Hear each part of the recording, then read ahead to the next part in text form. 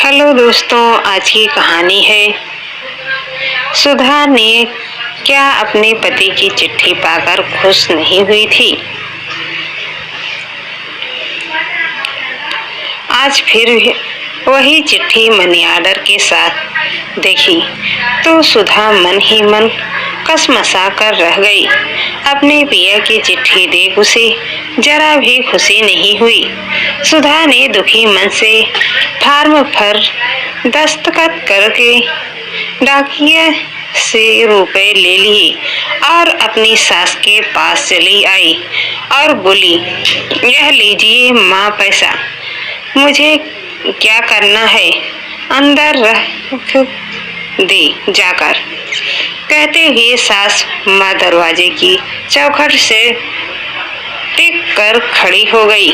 देखते ही देखते उनके चेहरे की उदासी गहरी होती चली गई। सुधा उनके दिल का हाल अच्छी तरह से समझ रही थी। वह जानती थी कि उससे कहीं ज्यादा दुख अम्मा को है। उसका तो सिर्फ पति ही उससे दूर है, पर अम्मा का बेटा भी दूर होने के साथ साथ उनकी प्यारी बहू का पति भी उससे दूर है।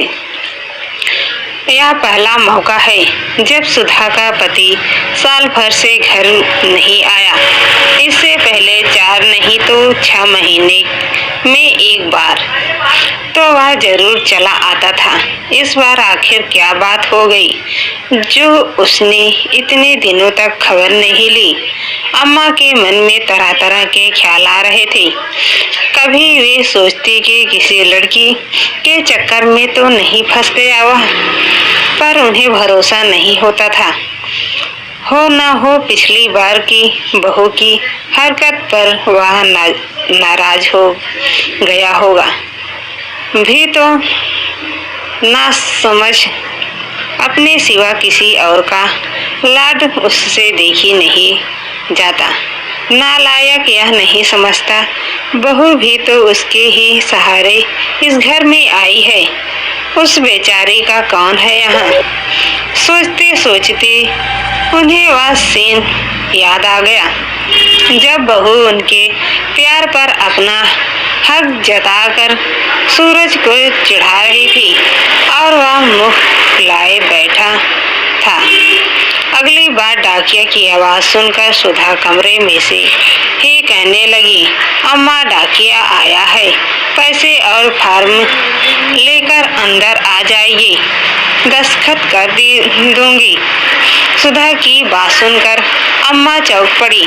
पहली बार ऐसा हुआ था कि डाकिये की आवाज सुनकर सुधा दौड़ी दौड़ी दरवाजे तक नहीं गई तो क्या इतनी दुखी हो गई उनकी बहू। अम्मा डाकिया के पास गई। इस बार उसके चिट्ठी भी नहीं लिखी थी। पैसा बहू की तरफ बढ़ाकर अम्मा रोआसी आवाज में कहने लगी, ले बहू पैसा अंदर रख दे जाकर। अम्मा की आवाज कानों में पड़ते ही सुधा बेचैनी निगाहों से उनके हाथों को देखने लगी। वह अम्मा से चिट्ठी मांगने को हुई कि अम्मा कहने लगी, क्या देख रही है। अब की बार चिट्ठी भी नहीं डाली है उसने। सुधा मन ही मन तिल मिलाकर रह गई। अगले ही पल उसने मर जाने के लिए हिम्मत जुटा ली, पर पिया से मिलने की एक ख्वाहिश ने आज फिर उसके अरमानों पर पानी फेर दिया। अगले महीने भी सिर्फ मनी ऑर्डर आया तो सुधा की रही सही उम्मीद भी टूट गई। उसे अब ना तो चिट्ठी आने का भरोसा रहा और न ही इंतजार। एक दिन अचानक दरवाजे पर दस्तक हुई। पहली बार तो सुधा को लगा जैसे वह सपना देख रही हो, पर जब दोबारा किसी ने दरवाजा खटखटाया तो वह दरवाजे खोलने चली गई। दरवाजा खुलते ही जो खुशी मिली उसने सुधा की दीवाना बना दिया। वह चुपचाप खड़ी होकर अपने साजन को ऐसे ताकती रह गई मानो सपना समझ कर हमेशा के लिए उसे अपनी निगाहों में कैद कर लेना चाहती हो। सूरज घर के अंदर चला आया और सुधा आने वाले दिनों के लिए ढेर सारी खुशियां सहेजने को संभल भी न पाई थी कि अम्मा की चीखों ने उसके दिलो दिमाग में हलचल मचा दी।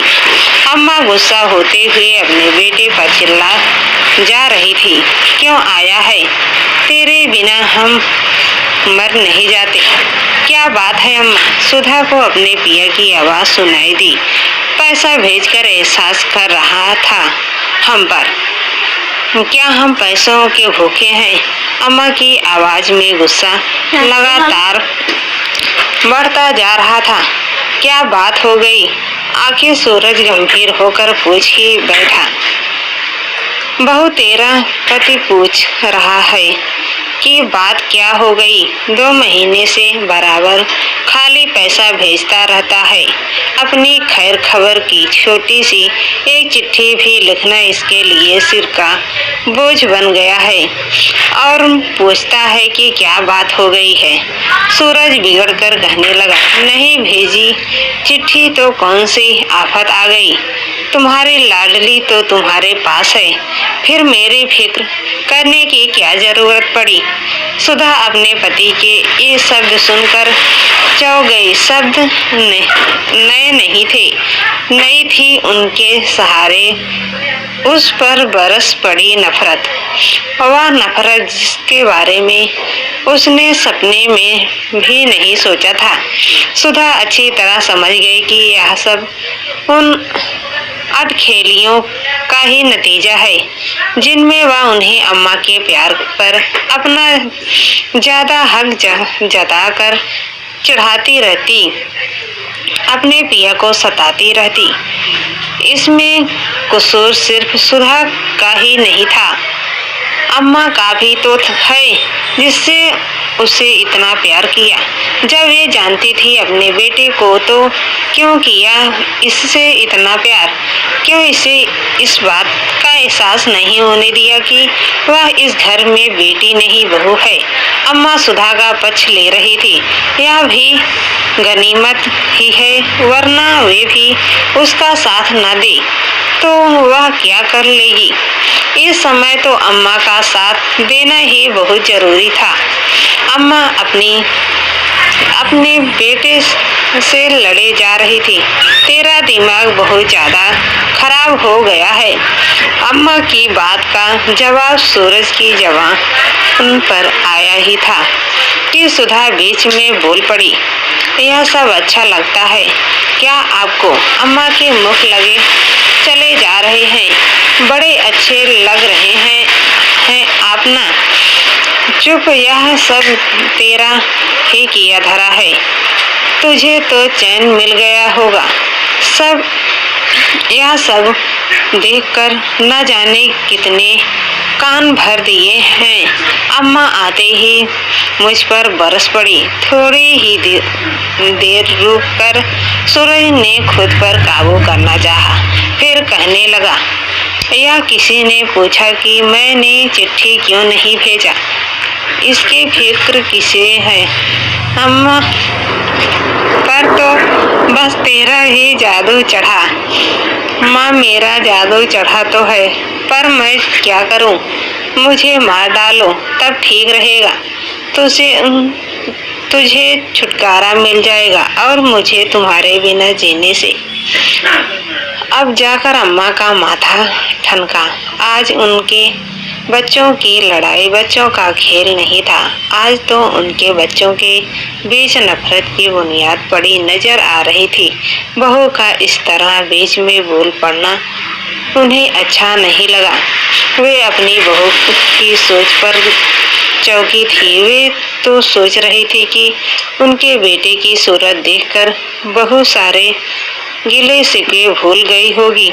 अम्मा की आवाज में गुस्सा अचानक काफू उड़ गया। वे सूरज को बच्चे की तरह समझाने लगी। इसको पागल कुत्ते ने काटा है जो तेरी खुशियां छीनेगी। तेरी हर खुशी पर तो उससे पहले खुश होने का हक इसका है। फिर क्यों करेगी वह ऐसा बात? इसी बात मेरी तो बता, कौन सा ऐसा दिन गुजरा जब मैंने तुझे लाड नहीं किया? आज ही देखा ना, यह तो किसी ने पूछा नहीं कि हालचाल कैसा है, इतना कमजोर कैसा हो गया तू? तुमको इसकी फिक्र ही कहाँ है? फिक्र तो इस बात की है मैंने चिट्ठी क्यों नहीं डाली। सूरज बोला। अम्मा पर मानो आसमान पड़ा। आज उनकी सारी ममता अपराधी बनकर उनके सामने खड़ी हो गई। आज यह हुआ क्या उनकी समझ में न कुछ आया। अम्मा चुपचाप सूरज का चेहरा निहारने लगी। कुछ कह ही ना सकी, पर सुधा चुप ना रही। उसने दौड़कर अपने सूरज का हाथ पकड़ लिया और पूछने लगी, बोलो ना, क्या हुआ? तुम बातें क्यों नहीं कर रही हो?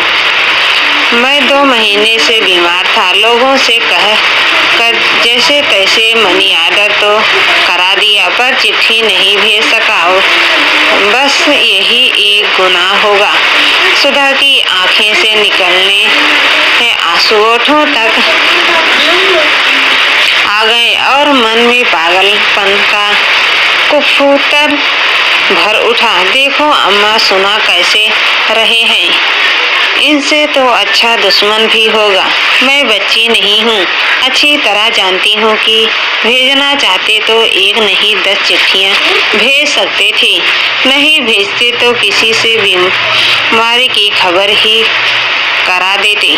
पर क्यों करते ऐसा? तुम कितना ही पीछा छुड़ाओ, मैं तुम्हारा पीछा नहीं छोड़ने वाली। अम्मा चौंकर अपनी बहू को बौखलाहट देखती रह गई। फिर बोली, क्या पागल हो गई है बहू? पागल ही हो जाऊं अम्मा, अब तो ठीक है, कहते हुए बिलख कर रो पड़ी सुधा और फिर कहने लगी, पागल होकर तो इन्हें अपने प्यार का एहसास कराना आसान होगा। किसी तरह से रोकर गाकर और नाच नाच कर इन्हें अपने जाल में फंसा ही लूंगी। कम से कम मेरा समझदार होना तो आड़े नहीं आएगा। कहते कहते सुधा का गला भर आया। सूरज आज अपनी बीवी का नया रूप देख रहा था। अब गिले शिकवे मिटाने की फुर्सत किसे थी। सुधा पति के आने की खुशियां मनाने में जुट गई। अम्मा भी अपना सारा दर्द समेट कर फिर अपने बच्चों से प्यार करने के सपने सजोने लगी। दोस्तों, हमारी वीडियो अच्छी लगी तो चैनल को सब्सक्राइब कर देना, बेल आइकन पर क्लिक कर देना। आप सबको हमारी वीडियो कैसी लगी तो कमेंट में ज़रूर लिखकर बताना।